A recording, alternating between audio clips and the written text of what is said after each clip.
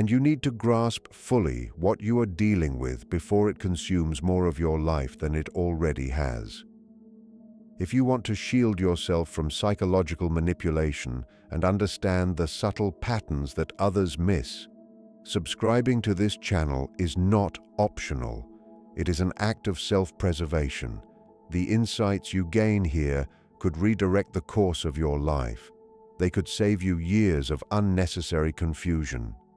Subscribe now, because what comes next will not be discussed elsewhere with this level of precision.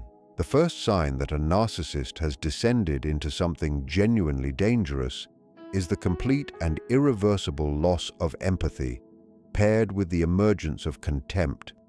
In the earlier stages of the relationship, you may have thought this person had empathy. They mirrored your emotions, said the right things, appeared concerned when you were hurt. But that was an act. That was strategy.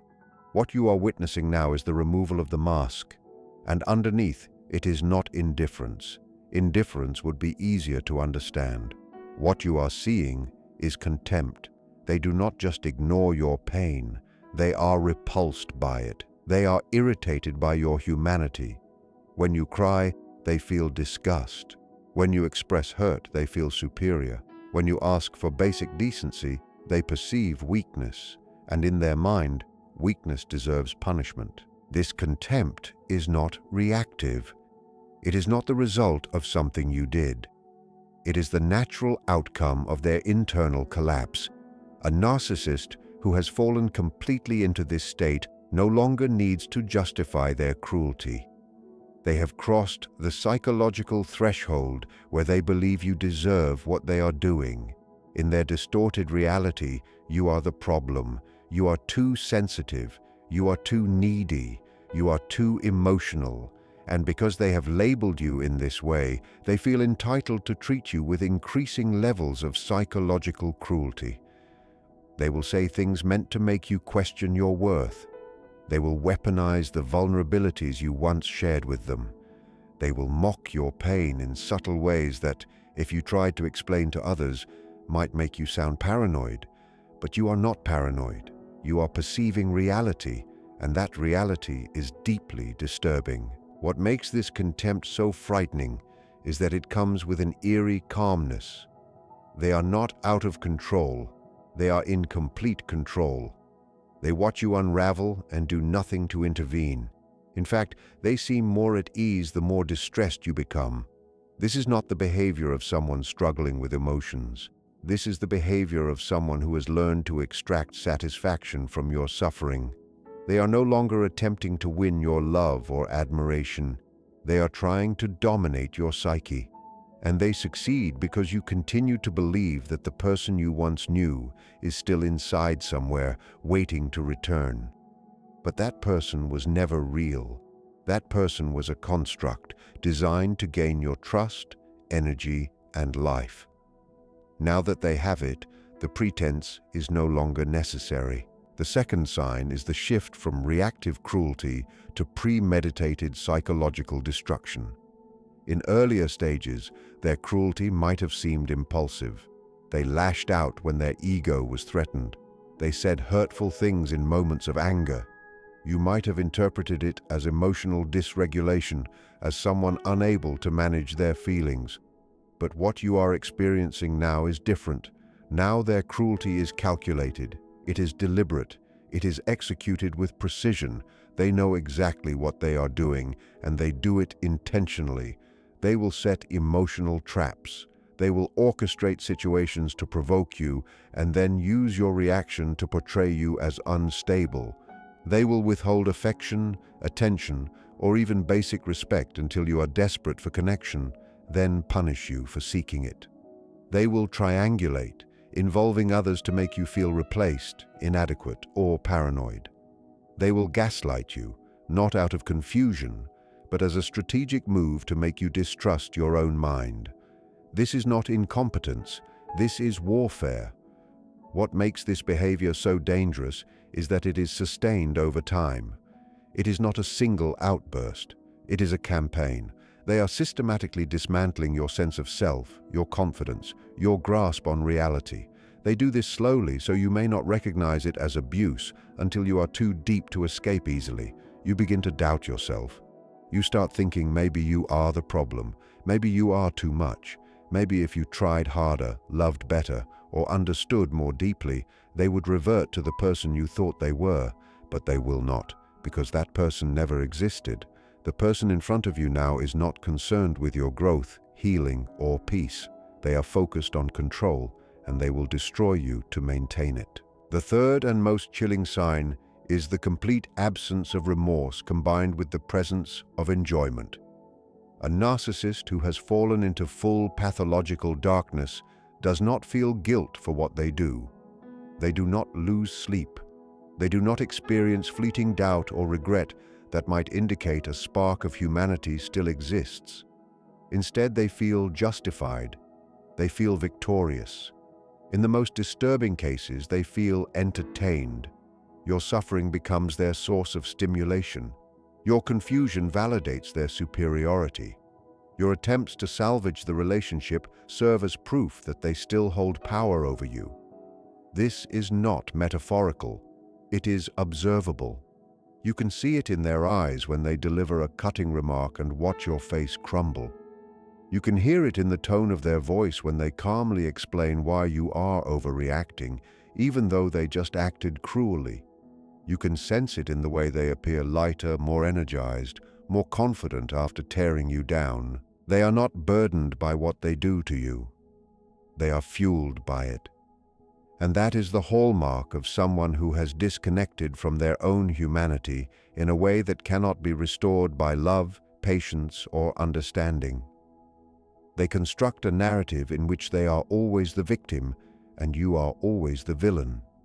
No matter the objective facts, this story is so ingrained that they genuinely believe it. They are not deceiving you. They are living in a distorted reality where their cruelty is self-defense and your suffering is inconsequential. In their mind, your very existence, your needs, and your expectation of basic decency constitute a transgression. And because you have wronged them, they are entitled to punish you. This punishment is not about fairness. It is about control.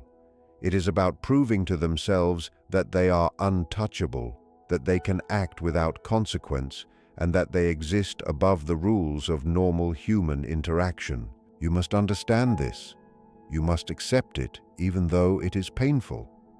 They are not going to change. They are not going to wake up and suddenly realize the harm they have inflicted. They will not experience the weight of their actions and return with sincere remorse and a commitment to be different. That is a fantasy. That is the story you tell yourself to survive the cognitive dissonance of loving someone cruel. The reality is that a person who has descended this far into pathological narcissism has lost the capacity for self-reflection. They cannot confront themselves because their entire psychological structure revolves around avoiding that confrontation. To admit wrongdoing would dismantle their sense of self, and they will never do that. They would rather destroy you than face their own flaws. You cannot make someone empathetic through love. You cannot reach their understanding through explanation. You cannot sacrifice enough of yourself to earn their respect. The issue is not you. The issue is that they have fundamentally lost the part of the human experience that allows connection, care, and mutual respect. What you are facing is not someone struggling with hurt who lashes out. You are facing someone who has built their identity entirely around the belief that others exist to serve them. And the moment you stop serving those needs, you become expendable. Even worse, you become a target. This is the moment where you have to make a choice. You can continue to believe that your love is strong enough to change them. You can continue to offer understanding, patience, and second chances. You can keep telling yourself that if you just explain one more time how deeply their behavior hurts you, they will finally understand. Or you can face the truth that is staring you squarely in the eyes. They hear you. They understand you. They simply do not care. and they will continue to hurt you for as long as you allow them access. Leaving someone like this is not about anger. It is not about revenge. It is not even about proving a point. It is about recognizing that your survival, your sanity, and your sense of self are far more important than maintaining a connection with someone who is actively trying to dismantle it. It is about understanding that you are not responsible for fixing someone who does not see themselves as broken.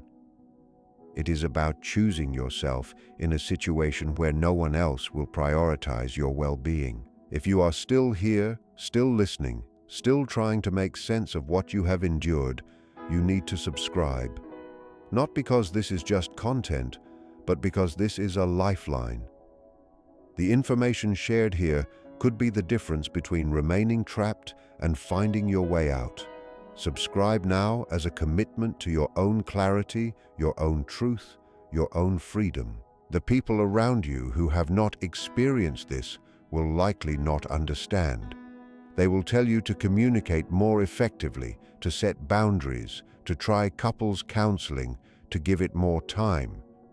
They will offer advice that would work for someone who operates within normal emotional limits. But you are not dealing with someone normal. You are dealing with a person who has weaponized intimacy, who has transformed love into a tool for control, who has mastered the ability to make you question your own perception when you notice their cruelty. You cannot explain this to someone who has not lived it. You cannot make them understand the subtle shifts, the quiet punishments, the way reality twists until you can no longer tell what is true. That isolation is intentional. They have positioned themselves as reasonable and you as unstable. They have manipulated the narrative so effectively that even you start to doubt yourself. But deep down, beneath the confusion, self-doubt, and exhaustion, you know the truth. You know what you have been through. You know what you have endured. And you know that it is not normal, not acceptable, and not something that can be corrected through more effort on your part. The most important truth you must internalize is this: you are not leaving because you are weak.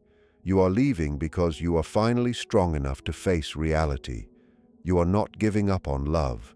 You are refusing to mislabel cruelty as love. You are not abandoning someone in need.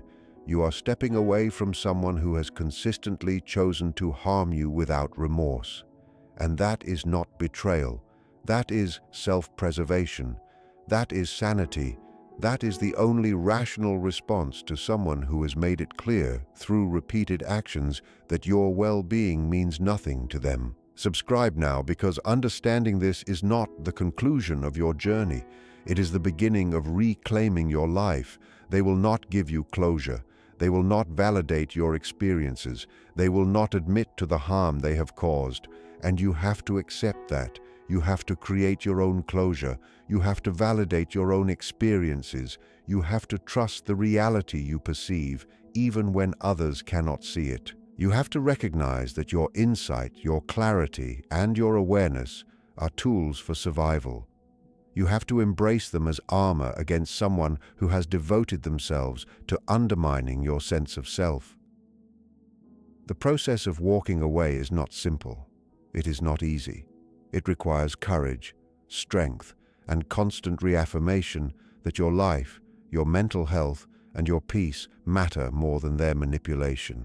You must give yourself permission to prioritize your own well-being without guilt. You must understand that your need for safety and dignity is not negotiable. You must understand that leaving does not make you weak, and it does not make you a failure. It is an act of profound wisdom, self-respect, and self-preservation. Even when the world pressures you to rationalize their actions, to hope for change, to remain loyal, or to forgive endlessly, you must hold firm. Your boundaries are essential. Your autonomy is essential. Your mental and emotional survival is essential. Recognize that you cannot argue someone into empathy. You cannot reason someone into decency. You cannot invest enough of yourself to earn a basic respect they refuse to give. Every step away is a declaration. I will not accept cruelty as love. I will not tolerate manipulation as connection. I will not sacrifice my peace for someone who chooses harm. Each moment you claim your space, each decision to protect your mind and your heart is a victory. You are reclaiming power over your life that was previously stolen. You are reasserting the truth of your own experience against someone who has tried to erase it. The clarity you cultivate now will guide you through the pain of leaving, through the grief of lost illusions, and through the process of rebuilding a life unshackled from abuse. You are learning to trust yourself, your judgment, and your instincts. You are learning that your feelings matter, that your needs are legitimate, and that your life cannot be hostage to someone else's pathological choices. You are choosing freedom, choosing sanity, choosing yourself. And that choice is not just necessary, it is transformative. It is a reclamation of identity, of power, of peace. It is the foundation on which you can rebuild trust, security, and authentic love in your life. This is the path forward, seeing clearly, choosing wisely, and refusing to participate in a cycle of cruelty. You are not responsible for their growth. You are responsible for your own life. You are responsible for your own mind, heart, and safety. And in doing so, you are making the only rational choice in a situation that defies reason, compassion, and fairness from the other side.